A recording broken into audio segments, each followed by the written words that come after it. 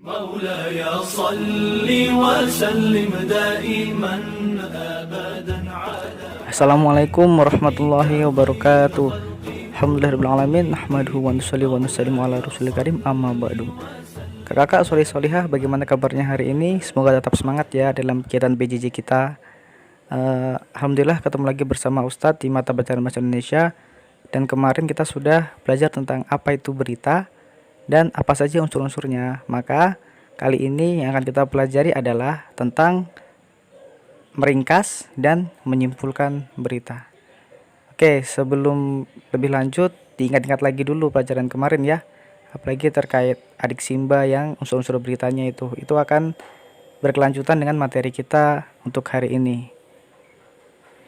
Oke, kita masuk pada materi kita, yaitu tentang meringkas. Apa sih meringkas itu?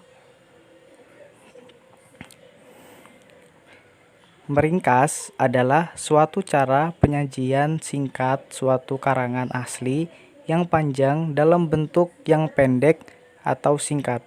Meringkas berita adalah menulis kembali isi berita dalam teks yang lebih singkat namun tetap berisi pokok-pokok yang ada dalam berita tersebut. Nah, maksudnya adalah saat kita mendengar atau membaca sebuah berita, biasanya berita tersebut sangat panjang. Oleh karena itu, kita perlu meringkas agar kita bisa mengetahui pokok-pokok isi dari berita tersebut. Bagaimana cara meringkasnya? Kita harus mengingat kembali materi sebelumnya tentang 5B1H, unsur-unsur berita itu ya, atau bisa disebut dengan adik Simba. Yang unsur-unsur berita itu, yang pertama ada apa, kedua di mana, yang ketiga kapan, yang keempat siapa, yang kelima mengapa, dan yang terakhir bagaimana. Itu yang kita pelajari kemarin ya. Nah, setelah kita mengingat kembali unsur-unsur berita yang sebelumnya, maka kita mulai menjawab pertanyaan dari unsur tersebut dari berita yang kita baca atau kita dengar. Itulah cara awal bagaimana kita bisa meringkas dan menyimpulkan suatu berita. Oke, kita ke selanjutnya, yaitu cara meringkas berita. Yang pertama, mendengarkan atau membaca teks berita dengan seksama. Jadi kita harus dengarkan baik-baik ya kalau ada berita atau kita baca baik-baik. Yang kedua, mencatat pokok berita atau unsur berita adik Simba. Ini yang kita bahas sebelumnya, yang unsur-unsur berita itu ya. Lalu yang ketiga, menyampaikan kembali pokok-pokok atau unsur-unsur berita secara lengkap dan ringkas. Nah, ini yang dimaksud dengan kita menjawab pertanyaan dari unsur tersebut, kemudian menulisnya dalam sebuah paragraf. Oke, kita lanjut dulu materi selanjutnya, yaitu menyimpulkan isi berita. Membuat kesimpulan dari berita tersebut. Kesimpulan adalah kata-kata akhir dari suatu uraian. Di dalam kesimpulan harus memuat unsur-unsur berita dengan rumusan lebih ringkas. Kesimpulan berita harus memanfaatkan ringkasan yang telah dibuat sebelumnya. Kesimpulan dapat menggunakan kata berikut ini. Pertama, berita tersebut menginformasikan tentang. Yang kedua, berita tersebut menyampaikan tentang. Nah, jadi setelah kita meringkas tadi, maka ringkasan itulah yang kita gunakan untuk menyimpulkan sebuah berita. Begitu ya kakak-kakak ya. Jadi langkah-langkah atau cara dalam menyimpulkan berita, kita harus membuat ringkasannya terlebih dahulu. Dan cara membuat ringkasannya, kita harus menemukan unsur-unsur berita tersebut dengan 5B1H atau adik Simba yang tadi. Baru dari situlah hasil sebuah kesimpulan dari isi berita, agar kita bisa mudah memahami berita yang disampaikan atau yang kita baca dan kita dengar. Gitu ya kakak-kakak ya. Nah, sekarang coba kakak-kakak lihat nih. Di video ini ada sebuah contoh berita. Coba kakak-kakak kita baca ya.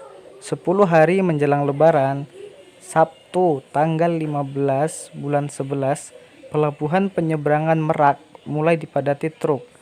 Truk-truk tersebut mengangkut barang non-9 bahan pokok atau bahan non-sembako. Tingginya arus truk dalam 2 hari terakhir berkaitan dengan adanya larangan melintas bagi truk non-9 bahan pokok. pada tanggal 21 sampai 25 November. Larangan tersebut berlaku bagi truk bersumbu lebih dari 2, truk gandengan, truk tempelan, dan truk kontainer. Penumpukan truk bersumbu 2 tersebut seperti di Pelabuhan Merak menyebabkan antrian truk sekitar 100 meter dari pintu masuk kapal terjadi di dermaga 1 hingga dermaga 4. Tetapi antrian tersebut masih dalam batas normal. Antrian belum membludak keluar area parkir pelabuhan. Akan tetapi akibat penumpukan truk itu, beberapa supir truk mengaku harus menunggu sekitar 2 hingga 4 hari untuk bisa masuk kapal. Nah, itu ya contoh beritanya. Oke, sekarang kita tentukan adik simbanya atau unsur-unsur beritanya. Yang pertama, peristiwa apa yang terjadi? Padatnya Pelabuhan Merak. Yang kedua, siapa yang mengalami peristiwa itu? Truk-truk pengangkut barang non-sembako. Yang ketiga, di mana peristiwa itu terjadi? Di Pelabuhan Penyeberangan Merak. Yang keempat, kapan peristiwa itu terjadi? 10 hari menjelang Lebaran, Sabtu tanggal 15 bulan 11. Yang kelima, mengapa peristiwa itu terjadi?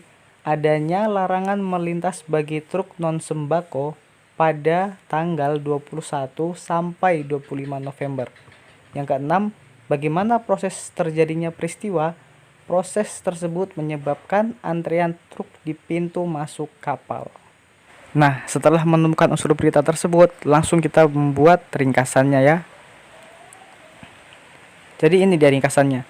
Pelabuhan Merak dipadati oleh truk-truk pengangkut barang non-sembako pada 10 hari menjelang Lebaran, Sabtu tanggal 15 bulan 11.